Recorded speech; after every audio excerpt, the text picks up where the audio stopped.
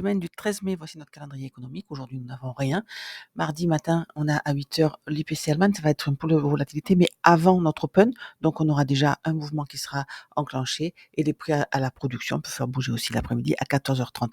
Néanmoins, c'est le 15 mai, c'est mercredi avec l'IPC Core qui pour moi est l'annonce la plus importante de la semaine. En plus, elle est couplée avec les ventes au détail et vous pouvez le voir ici, les autres annonces. Donc, mercredi 14h30, pour moi, ça sera l'impulsion, le mouvement hebdomadaire, ce sera à ce moment-là, à partir du mercredi 14h30.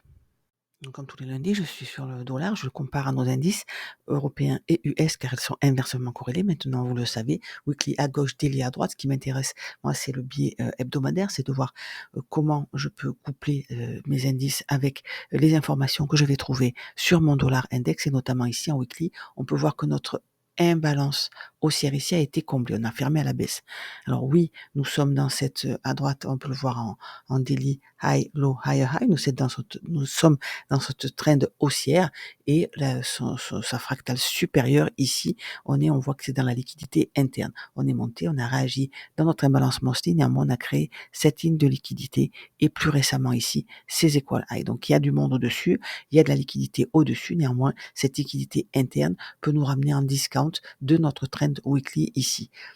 Notre trend daily à droite a été potentiellement atteinte puisque nous sommes arrivés en discount de celle-ci, c'est-à-dire que quand nous avons cassé ce BOS ici, nous avons laissé cette imbalance et nous sommes allés la chercher en laissant un pôle de liquidité comme ça tout seul. Qu'est-ce qui fait que mon biais est plutôt baissier sur le dollar cette semaine? C'est que nous avons comblé à la baisse notre imbalance comme je l'ai dit weekly et que nous ne sommes pas arrivés à aller chercher l'équilibrium weekly sur un peu de précision en H4 à gauche, H1 à droite. On peut voir qu'on n'a pas d'imbalance en dessous. Ici, on a un choc baissier, high, low, higher, high, impulsion baissière, choc qui nous laisse une imbalance.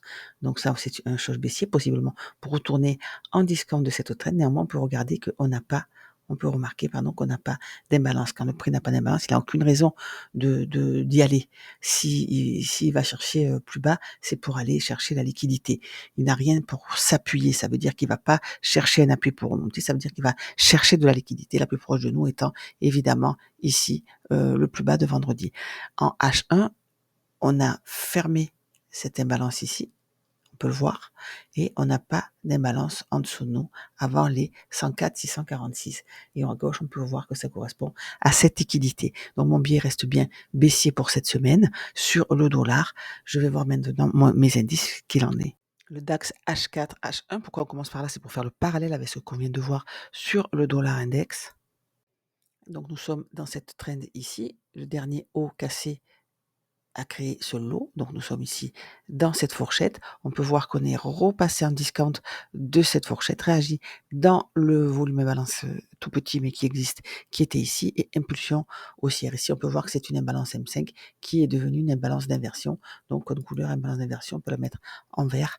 Voilà, on casse à la hausse. Donc, ça correspondrait, cette création de fourchette et ce repassage comme ça en premium de la fourchette correspondrait à vos biais actuels H1 baissier sur le dollar. Néanmoins, il est très tôt, il n'est pas encore 8 heures du matin et on est lundi, on n'a pas d'annonce. Je vous rappelle que lundi matin, le cours se prépare de la même manière qu'il se prépare entre la fin de l'Asian et le début de Londres pour le setup de la matinée. Mais le lundi matin, c'est pareil, on a l'ouverture de dimanche soir et cette journée du lundi qui est préparatoire pour notre semaine. À gauche, en HK, j'ai tracé les projections, on va en parler un petit peu parce que ça, c'est toujours bon de le rappeler. Quand on est en tendance comme ça, sans chercher un setup qu'on reverra tout à l'heure précisément, pour la tendance, on peut placer sur notre trend qui vient d'être cassé le retracement avec notre Fibo, le 1 en haut et le 0 en bas, et on a nos projections. Vous savez que quand on atteint ici les 2,5, moi je prends des partiels, et que j'aime bien atteindre de 4 pour le plein potentiel de cette impulsion-là. Donc, high low de la dernière trend, du dernier retracement cassé à la hausse qui nous indique un petit peu des niveaux, puisque là, ce ne sont pas des confluences, on n'a rien à se raccrocher avant puisque nous sommes sur les plus hauts historiques. Donc, weekly à gauche, daily à droite, ouverture au-dessus du prix de clôture. On peut voir qu'on a laissé un gap d'ouverture de début de semaine. On s'est enfoncé dans le corps de la bougie et impulsion haussière. Les dernières bougies sont haussières, donc jusqu'à présent, on n'a aucun signe d'inversion. Ça correspondrait assez avec notre retracement baissier sur le dollar. Qu'est-ce qu'on va surveiller ici? Le point médian de la mèche de vendredi, de, oui, de vendredi, en daily, et surtout le plus haut de vendredi. Nous avons vu en H4, en H1 qu'on a créé ici cette fourchette. Il n'est pas déconnant du tout d'aller la casser par le haut et ensuite de voir si on a un choc baissier, si on retrace, si on laisse une imbalance comme d'habitude. H4A1, comme vu tout à l'heure, on a réagi ici dans ce volume imbalance, impulsion haussière, il était en discount de notre trend, de celle-ci. Donc si on veut trader en uniquement 2 unités de temps, surtout pour s'habituer au fractal, on traderait en H4 entrée en M15, on traderait en H1 entrée en M5, on traderait en M15 entrée en M1. Pour aller un petit peu plus loin, en M5, la fractale du M5, c'est le 15 secondes, c'est mon unité d'entrée préférée. Souvent sur les indices US, je rentre quand même en 1 minute, c'est quand même beaucoup plus violent que sur notre DAX. Donc attention aux très petites unités de temps, c'est facile de se perdre. On notera aussi qu'en H1, on n'a plus d'imbalance jusqu'au plus bas d'hier et en H4 non plus. Donc maintenant qu'on a eu cette réaction en discount avec cette imbalance d'inversion, attention, là on vient d'atteindre presque le point médian de notre mèche daily, hein, vu un petit peu plus tôt, mais puisque nous n'avons pas d'imbalance et que nous avons cette inversion ici, on n'a peut-être pas besoin d'aller plus bas pour aller chercher nos objectifs au-dessus. Au-dessus, on n'a pas d'imbalance non plus, donc c'est là que c'est très inconfortable. Quand on n'a pas d'imbalance, c'est de la manipulation. Le cours va chercher de la liquidité, retrace dans la liquidité interne sur un POI interne, notamment ce qu'on veut, c'est des imbalances pour continuer son chemin. Donc liquidité interne, on a celle-ci ici, là, et on a celle-ci juste au-dessus. Et évidemment, ici, notre point médian de notre mèche. Qu'est-ce qu'il nous faut pour rentrer short? Qu'on prenne une de ces 3 liquidités, qu'on ait une impulsion baissière qui nous laisse une imbalance avec au moins 20 points d'amplitude vers la liquidité en dessous pour pouvoir être rentable, prendre des partiels, se mettre à BE ou ce qu'on veut, mais il nous faut nos 20 points. À partir de 20 points, moi je prends des partiels, c'est comme ça que j'ai réussi à inverser la tendance à l'époque où je n'étais pas encore rentable. Donc H4 et sa fractale M15, en dessous de nous, je vous rappelle qu'on n'a pas d'imbalance, hein, et qu'on est à l'intérieur de la bougie de vendredi. Néanmoins, on vient de prendre notre Asian High. Qu'est-ce qu'on peut remarquer? Qu'en dessous de nous, on a cette imbalance M15 ici, mais attention, vous voyez qu'elle a déjà été mitigée. On a déjà pris le haut de cette imbalance avec une impulsion haussière.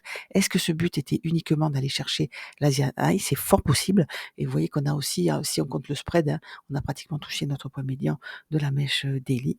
Donc on va voir jusqu'où ce retracement interne ici va nous amener. On vient de choche en M5, vous voyez que la bougie a clôturé sur le lot créé dans notre ancienne trend. Donc moi, j'ai les yeux sur la liquidité en dessous. En dessous, on a quoi? On a ici cet order block M5. On a ce reste ici d'imbalance, mais surtout ce que je vois moi, c'est ce volume imbalance. À gauche, en H1, on peut voir qu'on a créé des équales lots. Donc vous voyez, c'est pas très clair. Encore une fois, c'est normal. Ce n'est pas l'heure. Le cours se prépare. Il va nous donner des indications. Donc quel genre d'indication? Et je voudrais que cette troisième bougie soit par rapport aux 2 baissières, soit aussi une journée baissière, qu'elle nous laisse comme ça une imbalance et qu'elle choche, c'est-à-dire qu'elle clôture en dessous de, ce lot ici. Elle a déjà clôturé sous la liquidité interne, donc ça serait vraiment, l'idéal. Néanmoins, cette bougie est en formation, il lui reste encore plus d'1 minute. Ce n'est pas, clair, je n'ai pas encore assez d'indications pour shorter. Surtout que encore une fois, ce n'est pas l'heure. M15, M1, la fractale, on peut voir qu'on a pris donc l'Asian High. On a pris aussi ce petit inducement. Qu'est-ce que j'appelle l'inducement moi? C'est la dernière mèche, la dernière petite liquidité interne avant la liquidité d'une trend. Et quand on la prend, souvent on réagit pour repasser en discount. C'est tout à fait normal. Je vous l'ai dit, nous sommes dans la liquidité interne de vendredi. Le cours fait ce qu'il a à faire. Il va chercher toutes ces liquidités. Il ne partira pas, même si on remonte en haut de cette fourchette, il ne partira pas avant d'aller chercher toute la petite liquidité interne qui traîne. Et tout l'argent doit être négocié, et le mouvement, qu'il soit haussier ou baissier, doit être facile. C'est-à-dire qu'on doit avoir épuisé tous les trades contre nous avant de partir dans notre mouvement avec les grandes mains, avec les gros volumes des grosses institutions. M5 et M1, je ne mets pas un M15 parce que il y a pas assez de volume, c'est plein de trous. Vous voyez déjà là, en M1, on voit bien que c'est pas le moment, hein, il y a pas beaucoup de volume sur les marchés. Donc je reste en M1, ça sera un petit peu plus clair. À gauche, en M5, on voit que notre troisième bougie ici, on attendait une imbalance. Oui, on a eu une imbalance, néanmoins notre troisième bougie est une bougie haussière. Donc elle peut très bien fonctionner, mais je préfère quand c'est 3 bougies dans le même sens, c'est beaucoup plus clair. Donc on a toujours quand même ce choc baissier, hein, il est indéniable, mais est-ce que pour l'instant, on voit qu'on a réagi juste dans ici notre order block? Donc vous voyez impulsion, haussière ici en M5 à gauche. Cette troisième bougie qui peut nous laisser une imbalance, il lui reste 3 minutes d'exécution. Elle n'est pas valide encore. Je vais voir ce qui se passe à la clôture de cette bougie dans 1 minute 48. Le temps a passé. Le temps que je monte ma vidéo, c'est toujours un petit peu comme ça. Donc, nous avons ce choc ici baissier pour aller chercher notre order block haussier. Cet order block fonctionne. Moi, qu'est-ce que je veux pour confirmation? C'est qu'il me renvoie vers une imbalance qui fonctionne. Pour l'instant, elle n'a pas fonctionné. Encore une fois, liquidité interne. Je vais noter le prix dans 2 minutes à 8h30. Ça sera une de mes références. Et comme vous le savez, j'attends l'impulsion de 9h. Je veux qu'elle me prenne une liquidité, qu'elle me laisse une imbalance et rentrer quand on revient dans cette imbalance. Je ne fais rien avant et je vous rappelle mes heures charnières avec un taux de réussite beaucoup plus important, beaucoup plus marqué dans les statistiques, c'est le prix de 10 heures. Alors moi, mes graphiques sont à l'heure de New York, donc 4 heures New York, c'est 10 heures, heure de Paris. Donc c'est à partir de cette heure-là que je regarderai si j'ai une imbalance M5 et qui fonctionne et avec une impulsion. J'ai noté le prix ici de 8h30, c'est ma nouvelle référence. Je n'ai plus qu'à attendre maintenant tranquillement l'open de 9h. Surtout que c'est lundi, nous n'avons aucune annonce aujourd'hui. Le cours va vraiment être en préparation. Ne vous affolez pas, vous avez toute la semaine. Restez calme et surtout attendez votre setup. Si vous ne savez pas, si vous êtes un peu perdu, vous prenez vos 2 unités de temps. C'est-à-dire qu'ici, on peut prendre le M15 et le M1 et vous cherchez vos setups M15 et une entrée en M1. Ici, on a cassé à la hausse, on est dans cette trend. On voit qu'on n'a pas pour l'instant de manipulation, hein, au-dessus de nous, d'imbalance. C'est un signe de manipulation au-dessus de nous. On ne s'affole pas en M15. Vous voyez ce que je veux dire? Quand on a eu ici cet order block, on a regardé en 1 minute, on a dit: «Ouais, une réaction dans l'order block, impulsion haussière». On pouvait rentrer là et viser la liquidité au-dessus. Encore une fois, ce n'est pas, l'heure, ce n'est pas le moment, mais c'est pour vous expliquer comment vous pouvez faire pour vous habituer au fractal. Vous regardez votre TradingView, vous placez votre ordre comme vous l'auriez pris, parce que c'est comme ça qu'on habitue son cerveau. On place son ordre ici.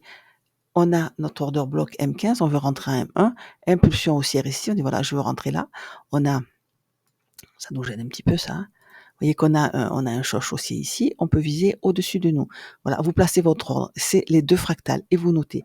Bon, M15, entrée sur order block M1 avant l'open, ça sera un stop. Hop, vous le marquez, etc., etc. C'est comme ça que vous faites vos statistiques. Si vous avez, et quand vous aurez plus dans votre statistique, dans votre journal, plus de TP que de SL, c'est bon, vous pouvez commencer à aller en réel, en petit volume. Mais ne vous affolez pas avant d'être rentable en démo, ça ne sert à rien d'aller en réel. Il n'y a aucune raison que vous soyez rentable en réel, pardon, si vous ne l'êtes pas en démo.